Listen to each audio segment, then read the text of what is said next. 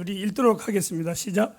일한 것이 없이 하나님께로 의로 여기심을 받는 사람의 행복에 대하여 다윗의 말한 바 그런즉 이 행복이 할례자에게뇨 혹 무할례자에게도뇨 대저 우리가 말하기를 아브라함에게는 그 믿음을 의로 여기셨다 하노라. 그런즉 이를 어떻게 여기셨느냐 할례시냐 무할례시냐 할례시가 아니라 무할례시니라. 아멘. 오늘은 연속적으로 시편을 공부하지 아니하고 특별히 맥주감사주일 메시지를 여러분과 함께 나누도록 하겠습니다. 오늘 하나님의 말씀의 제목을 한번 따라하실까요? 이 행복이. 다시 한번 합시다. 이 행복이. 아마 여러분에게 한 주간 동안 때로는 몇 달 동안 이 행복이라는 단어가 계속해서 맴돌 것입니다.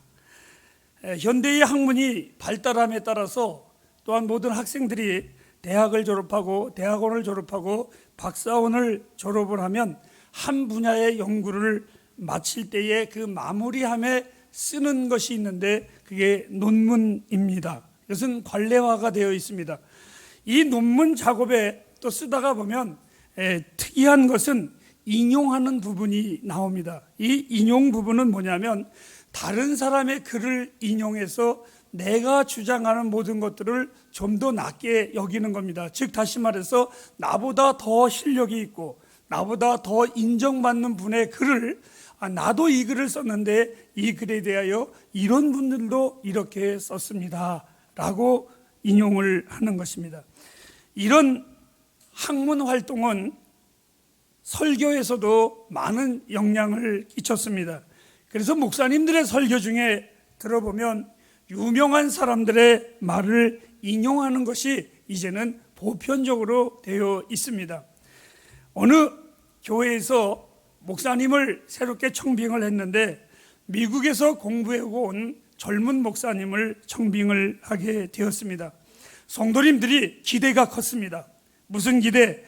미국에서 공부하고 박사학위를 받아가지고 왔기 때문에 오늘 멋진 설교를 하실 것이다. 이런 기대를 가지고 사람들이 있었는데 역시 기대에 절대로 어긋나지 않았습니다. 미국에서 공부해온 사람답게 이 목사님의 설교의 내용은 철학자와 신학자의 이야기로 전개가 되었습니다.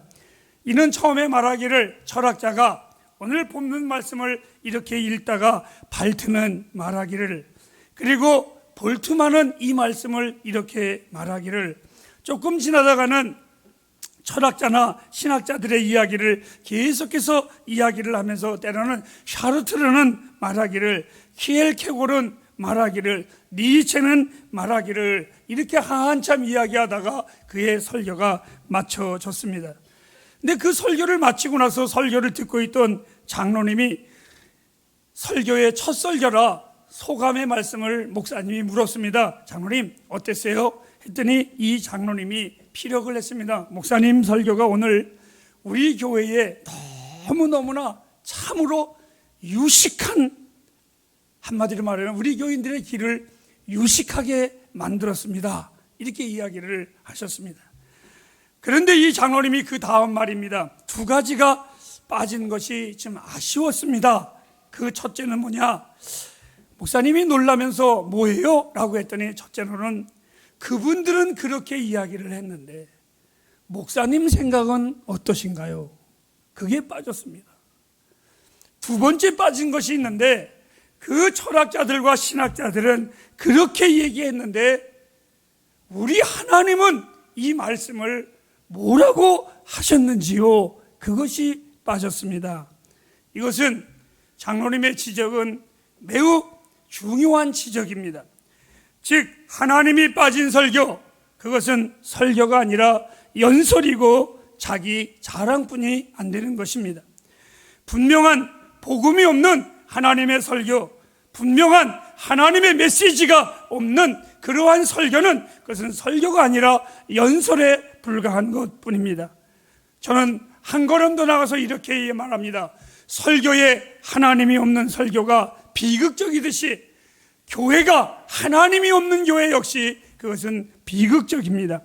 오늘 이 본문에 바울은 우리가 얻은 그 구원의 감격이 어떤 것인 것을 우리에게 전개해 주고 있습니다. 바울은 로마서를 쓰면서 이렇게 말했습니다. 로마서 1장에 지적하기를 하나님이 없이 살아가는 이방인들은 다 죄 가운데 있는 죄인이라고 지적을 했습니다.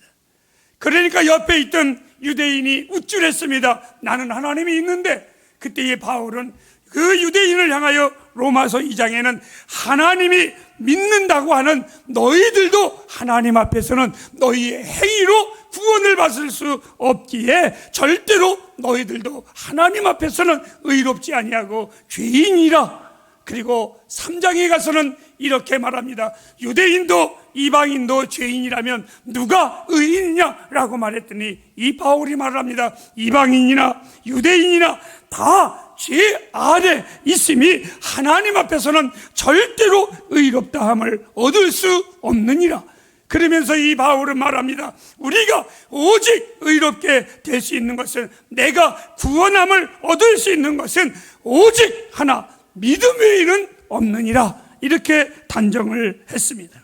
그리고 오늘 이 본문 4장에 들어와서 바울은 그 행복을 얻은 두 사람을 먼저 소개를 합니다. 이들은 유대인에게 있어서 가장 존경받는 두 사람입니다. 아니, 가장 권위 있는 사람입니다. 아니, 이 사람들이 권위가 있고 많은 사람들에게 존경을 받았기에 이 두 사람이 행복했을까? 그것은 아닙니다. 진정으로 이 두 사람의 행복한 이유가 무엇인가를 오늘 이 바울 사도는 먼저 이야기를 해줍니다.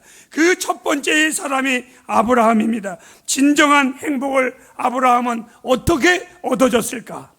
여러분, 아브라함에 대하여 제가 무엇을 더 말할 수 있겠습니까? 그분의 이력서와 그분의 유명세는 나의 자랑이 다 해도 다 고백할 수 없을 정도로 부족합니다. 그래서 그분은 의롭다함을 받았나? 훌륭했기에, 좋았기에, 그 남들이 다 존경하는 족장이었기에 그가 구원함을 받은 것인가? 그런데 바울은 단호하게 13절에 말을 합니다. 아브라함도 그의 행위로는 하나님의 율법 앞에서는 절대로 의롭다함을 얻을 수 없느니라.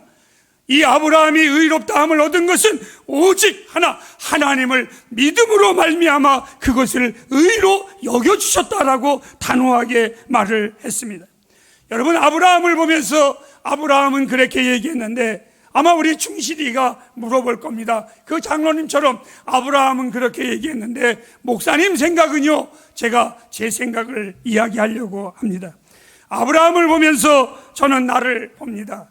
그래서 아브라함은 하나님 앞에 내놓을 것이라도 있었습니다.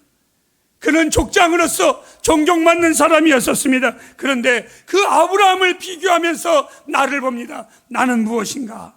그래, 아브라함은 유대인이라도 되었지 나는 이방인인데 나 같은 것이 하나님 앞에 내놓을 것이 아무것도 없는데, 그리고 하나님 앞에서 일한 것도 없고 일할 수도 없었는데 하나님이 나를 구원시켜 주시고 나를 의롭게 여겨주신 것 무엇일까? 아무리 생각해 보아도 오직 하나, 어느 날 하나님의 예정의 때에 내가 그 하나님을 믿은 것 하나뿐이 없는데 그것을 하나님은 나를 의로 여겨주신 그 하나님의 은혜 앞에, 아니 더 신랄하게 따진다면 내가 하나님을 믿는 그 믿음조차도 내가 한 것이 아니라 나를 의로 여겨주신 은혜로 나에게 선물로 주신 그 믿음으로 말미암아 내가 하나님의 사람이 되었다라는 것입니다.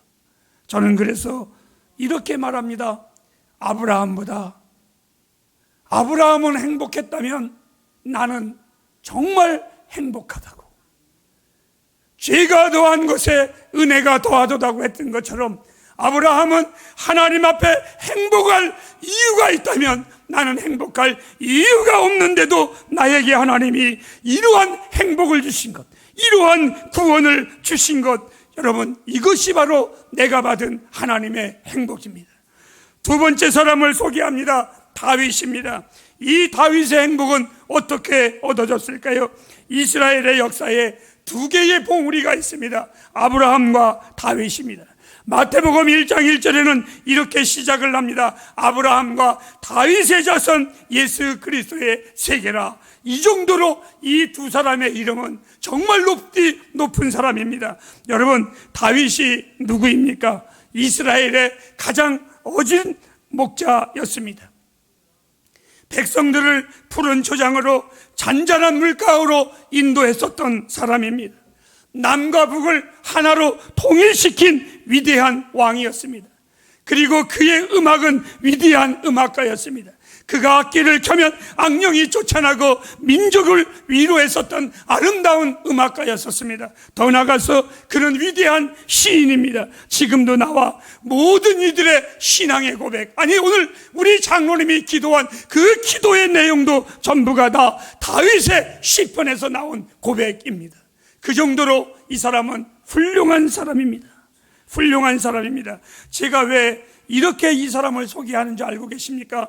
그런데 이런 다윗이 하나님 앞에 의롭다함을 얻은 것은 어찌 보면 당연한 것이 아니겠느냐라고 말하겠지만 절대로 아닙니다. 그도 하나님 앞에서 많은 실수로 넘어진 사람입니다. 그는 하나님 앞에 어떤 사람입니까? 오늘 바울은 6절에 이렇게 말합니다. 하나님 앞에서는 불법한 사람이요 죄인이라고. 오늘 우리가 읽은 이 본문은 다윗의 시편 32편 1절의 말씀을, 이 다윗이 고백한 자기의 죄를 고백한 그 내용을 인용해서 우리에게 전해진 바울 사도의 말씀입니다. 그렇다면 여러분, 다윗이 진정한 행복의 때가 어느 때인가요? 왕이었을 때였을까요? 골리앗을 때려잡아서 많은 사람들이 칭송합니다. 다윗은 만만이요 사울은 천천히라. 이러한 칭호를 받을 때에 다윗의 가슴이 벌렁벌렁 거렸을까요? 국민에 의해서 취향받을 때 행복했을까요? 오늘 성경의 본문은 단호하게 말합니다. 아니라고. 저는 다윗이 행복을 하기 전에 그의 불행을 약간 이해를 좀 했으면 좋겠습니다. 다윗은 엄격히 따지면 불행한 사람이었습니다. 겉으로는 추앙받는 왕이었었지만 그의 내면은 불행한 사람이라고 그가 고백을 합니다. 그가 죄를 범했을 때에 어떠한 고백을 했는지 한번 보실까요? 시편 32편 3절과 4절의 말씀을 우리 다 같이 한번 보도록 하겠습니다. 시작. 내가 토설지 아니할 때에 종일 신음함으로 내 뼈가 새하였도다. 주의 손이 주야로 나를 누르시오니 내 지내기 하여 여름 가물에 마름같이 되었나이다. 셀라. 여러분, 그의 영혼이 너무나 황폐해서 가물어서 눈바닥이 갈라지는 것 같이 그의 영혼이 메말랐고 힘이 들었습니다. 그 이유가 뭡니까? 그가 죄를 범했을 때, 그가 하나님 앞에 범죄했을 때에, 여러분, 인간은 절대로 자기 죄의 문제를 해결할 수가 없습니다. 내가 왕이라고 평안한 것이 아니라, 내가 다른 사람이 칭송한다고 그것이 나를 평안한 것이 아니라, 이 다윗의 진정한 행복의 시작은 조건 없는 하나님의 용서를 경험했을 때, 그것이 그의 행복의 시작이었습니다. 오늘 다윗은 시편 31편 1절에 이렇게 말합니다. 허물의 사하심을 받고, 즉 죄의 사함을 받고 죄의 가리움을 받는 자는 복이 있도다. 오늘 이 본문 4절 말씀에 두 가지의 단어에 귀를 기울이십시오. 어떤 이가 행복한 자이냐? 사하심은 즉 모든 것을 없애버리시는, 그리고 두 번째는 가리움을 받는, 즉 노출은 무서운 것입니다. 죄가 드러나는 것은 무서운 것입니다. 그런데 그것을 가리움을 받을 때, 절대로 가리울 수 없는 것이 죄인데 그 죄가 가리움을 받을 때 그 죄인이 얼마나 자유하고 얼마나 좋겠습니까? 오늘 이 두 가지의 소식을 여러분에게 전하며 마치겠습니다. 첫째는 사하심입니다. 과거 이스라엘 백성들에게 가장 뜻깊은 날이 있었습니다. 많은 날 중에 어느 날이 제일 좋으냐면 속죄일입니다. 내 죄가 하나님 앞에서 용서받는 날. 이 속죄일이 되면 이 사람들이 하는 일이 있고 제사장이 하는 일이 있었습니다. 이 사람들은 속죄일이 되면 하나님 앞에 소나 양이나 두 마리를 가지고 와서 그가 기도하기 시작을 합니다. 두 양에게 기도를 합니다. 자기가 안수합니다. 그리고 기도하면서 한 마리는 번제물로 드립니다. 그 번제물이 타기 시작을 합니다. 하늘에 불이 내려와 그 번제물을 태울 때에 그 죄인은 이렇게 말을 합니다. 하나님이여, 저 내 죄가가 저것이 다 사하여진 것 같이 내 죄가 사하여짐을 나는 믿습니다. 그리고 그 번제물이 다 사했을 때에 그들은 환호하기 시작을 합니다. 내 죄가 사하여졌다고, 내 죄가 사라졌다고. 그리고 두 번째는 그 한 마리의 양은 광야로 떠내버립니다. 그 양이 점점 자기 눈에 멀어지기 시작을 합니다. 그리고 언제인가는 그 양이 자기 눈에 보이지 아니할 때 이 사람은 또다시 환호합니다. 하나님이여, 나의 죄가를 나의 눈에서 안 보인 것 같이 사하여 주심을 감사합니다. 이것을 보고 우리는 신학에서는 정가의 은혜라고 합니다.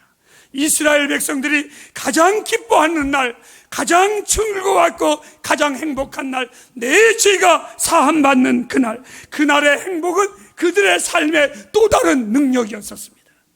하나님이 나를 용서해 줬어, 하나님이 내 죄가를 씻어주었어. 그들은 그것이 그들의 삶의 힘이었었고 능력이었었습니다. 역사에 그 수평선에 등장한 한 분이 계셨습니다. 어느 날 이 사람을 향하여 이렇게 침례 요한은 말했습니다. 보라, 저는 세상 죄를 지고 가는 어린 양이로다. 사랑하는 햇불 가족 여러분, 인상 깊은 이 메시지, 나와 여러분 십자가를 볼 때마다 내 죄를 사함받은 그 은혜를 잊지 마시기를 바랍니다. 또 한 가지의 특이한 것이 있었습니다. 제사장이 짐승의 피를 가지고 성소 안에 들어갑니다. 그리고 그 성소 안에 들어가면 우리의 죄가인 법궤가 그 안에 있습니다. 누구든지 그것을 보는 자는 다 죽게 되어 있습니다. 그런데 제사장이 들어가서 사는 방법이 딱 하나가 있습니다. 그 피를 그 법궤에 뿌리는 겁니다. 다 뿌립니다. 궤 안에는 우리의 죄가 있습니다. 그런데 하나님께서 우리의 죄를 보지 못합니다. 왜요? 그 피가 법궤를 덮었기에. 주님은, 하나님은 우리의 죄를 보는 것이 아니라 보혈의 피만 보이기 때문에 우리를 죽일 수가 없었습니다. 나와 여러분의 구원, 우리의 죄가 그분 앞에 보이지 않는 것, 즉 가리움을 받은 것. 이스라엘 백성들의 행복이 내 죄가가 하나님 앞에 보이지 아니하고 가리움을 받은 것. 왜요? 예수 그리스도의 보혈이 나와 여러분의 죄를 가리워 주셨습니다. 이 보혈이 우리를 살려 주셨습니다. 히브리인들은 매년 이 제사를 드렸습니다. 매년 제사를 드려야만 됐지만 나와 여러분들은 단번에 영원한 속죄물이신 이 예수를 믿음으로 말미암아, 그 단번의 믿음으로 말미암아 우리를 살리셨습니다. 오늘 다윗이 말합니다. 그들은 매일 드렸지만 1년에 한 번씩 드리면서 또 무거운 마음 가지고 행복하다고 했지만 나는 단번에 내 죄를 속량하신 하나님. 그래서 말합니다. 다윗보다, 아브라함보다 그들은 행복했다면 나는 이 행복이, 이렇게 말합니다. 오늘 바울은 이 행복이라는 말을 원어에는 이렇게 써 있습니다. 이 축복을 아시나요? 이 행복을 아시나요? 아브라함, 다윗, 이분들과도 비교할 수 없는 나이입니다. 여러분, 나는 이분들보다 더 행복합니다. 이분들은 유대인이라도 됐지요. 이분들은 하나님 앞에 좋은 일이라도 했는데, 그래서 구원받았는데도 행복했다고 했는데, 의로 여겨주셨다면 나는 아무리 생각해도 이해가 안 가는 하나님의 사랑입니다. 하나님의 은혜입니다. 이해가 안 갑니다. 이해가 안 갑니다. 나는 다윗보다, 아브라함보다 더 행복합니다. 그래서 이렇게 고백합니다. 이 행복이, 이 행복이 맥주감사주일입니다. 여러분, 무엇인가요? 이날의 의미가 헌금인가요? 절기예배 드렸다는 것인가요? 우리가 구하는 모든 것들은 언제인가는 다 사라질 것입니다. 하지만 하나님이 내게 베푸신 이 구원의 은혜는 영원한 것입니다. 그 무엇도 비교할 수 없는, 그들은 매년마다 드려야만 됐지만 나는 아닙니다. 나는 아닙니다. 하나님이 내게는 진짜 구원을 주셨습니다. 그들은 매년 드려야 되는 반복적인 구원이라고 한다면 나에게는 하나님이 단번에 영원한 구원을 베푸신 이 하나님, 그 구원의 때 때문에 저는 행복합니다. 바울은 그 구원을 이렇게 말했습니다. 그 큰 구원이라고. 그 큰 구원. 사랑하는 햇불가정 여러분, 내가 하나님의 백성이라, 내가 하나님의 자녀라는 그 프라이드의 행복을 가지고 사시길 주님의 이름으로 축복합니다. 기도하겠습니다.